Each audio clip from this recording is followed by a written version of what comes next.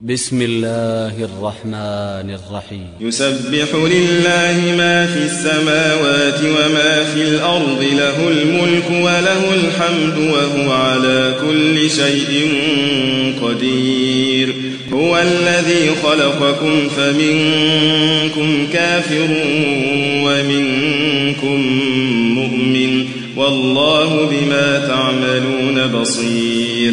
خلق السماوات والأرض بالحق وصوركم فأحسن صوركم وإليه المصير. يعلم ما في السماوات والأرض ويعلم ما تسرون وما تعلنون، والله عليم بذات الصدور. ألم يأتكم نبأ الذين كفروا من قبل فذاقوا وبال أمرهم ولهم عذاب أليم. ذلك بأنه كانت تأتيهم رسلهم بالبينات فقالوا أبشر يهدوننا فكفروا وتولوا واستغنى الله، والله غني حميد. زعم الذين كفروا أن لن يبعثوا، قل بلى وربي لتبعثن ثم لتنبؤن بما عملتم وذلك على الله يسير.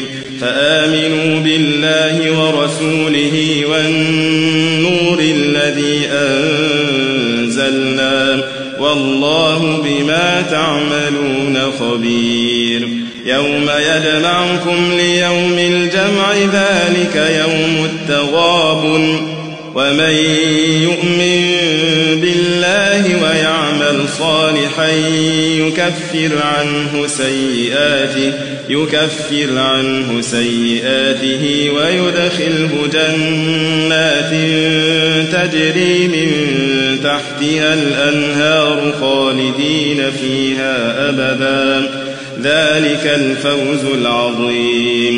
والذين كفروا وكذبوا بآياتنا أولئك أصحاب النار خالدين فيها وبئس المصير. ما أصاب من مصيبة إلا بإذن الله، ومن يؤمن بالله يهد قلبه، والله بكل شيء عليم. وأطيعوا الله وأطيعوا الرسول فإن توليتم فإنما على رسولنا البلاغ المبين. الله لا إله إلا هو وعلى الله فليتوكل المؤمنون. يا أيها الذين آمنوا إن من أزواجكم وأولادكم عدوا لكم فاحذروهم، وإن تعفوا وتصفحوا وتغفروا فإن الله غفور رحيم. إنما أموالكم وأولادكم فتنة، والله عنده أجر عظيم. فاتقوا الله ما استطعتم واسمعوا وأطيعوا وأنفقوا خيرا لأنفسكم، ومن يوق شح نفسه فأولئك هم المفلحون.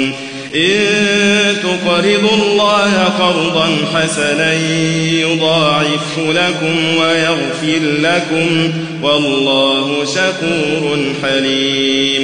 عالم الغيب والشهادة العزيز الحكيم.